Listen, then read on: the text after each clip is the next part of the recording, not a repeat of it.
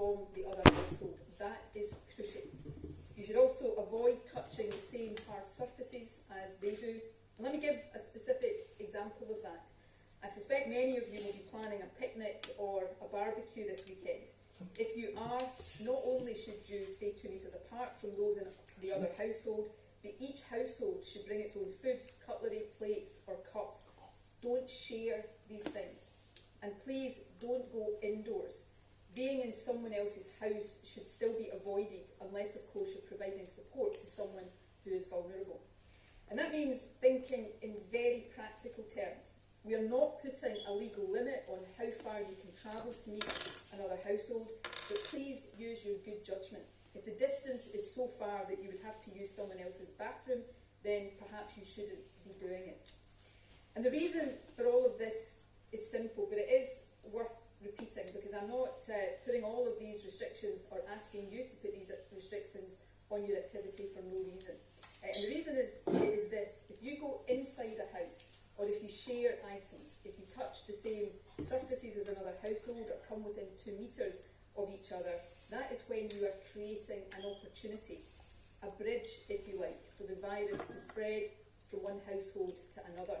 And that is what all of us must still do everything we can to avoid. Now, I know the information I give at these briefings sometimes must be hard to absorb, but today's information is really vital. So please watch this back later to make sure you've caught all of it, and please read the guidance that you will find at www.gov.scot. What I have announced today are important first steps back to some kind of normality, I hope, but they are by necessity cautious. I've said before that no changes are risk-free, and there are no certainties in any of this. But I've also said that I wanted to ensure that with every step we do take, the ground beneath our feet is as solid as possible, and that is what we are taking care to ensure. But I don't mind admitting to you that as we take these first steps, I do feel a bit nervous. I worry that the limited changes we are making to these rules, the very careful changes, might lead to much greater change in reality. And so I really need your help to make sure that is not the case. I am sure there are going to be lots of emotional reunions this weekend. You'll be planning to see family and friends that you haven't seen for weeks. And based on the current forecast, the sun will be shining too. We've all waited a long time for this, so I hope you all really enjoy it. But please, please respect the parameters we are setting out. Be respectful of each other's space and make sure things still feel different to normal, because they should still feel different to normal. Above all, remember that each individual decision we will take will affect the safety and the well-being of everyone. Make sure that love, kindness and solidarity continue to be our guiding principles. So to recap, still stay at home as much as possible. The virus has not gone away. Lockdown is being modified slightly. It is not over. Make sure you're still seeing far fewer people than you might normally do.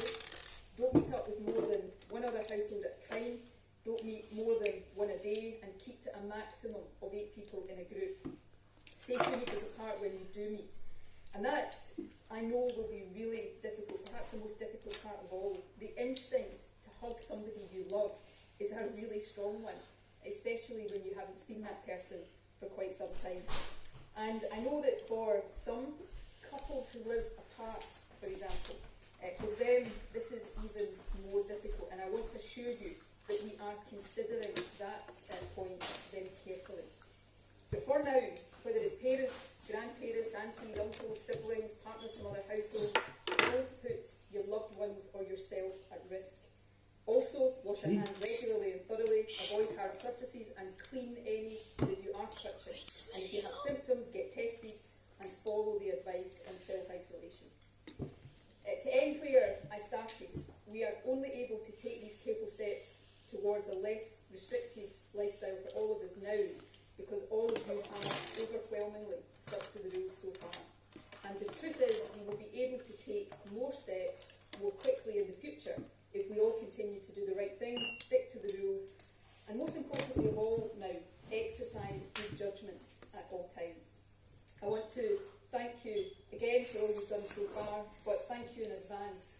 for continuing, as I know you will, to do the right thing, and remember that this is all about protecting not just ourselves, it is about protecting each other.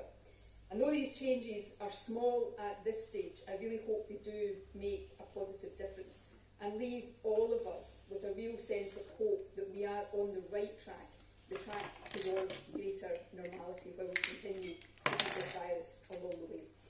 Thank you very much indeed for listening. As I said, that was longer than normal, but it had important ground to cover. In the interest of time, we're now going to go straight to questions from journalists.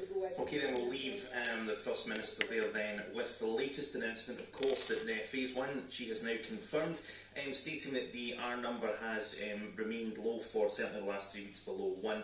And, you know, obviously recaps and everything, but now, of course, 2 households can meet in a public place or a private garden, maximum of 8 people, remain the distance, the 2 metre distance as well, announcing the launch of the Test and Protect scheme, and of course many outdoor activities now able to continue. You're listening to Irvine Beat FM and Thursday lunchtime. Let's continue then with the music.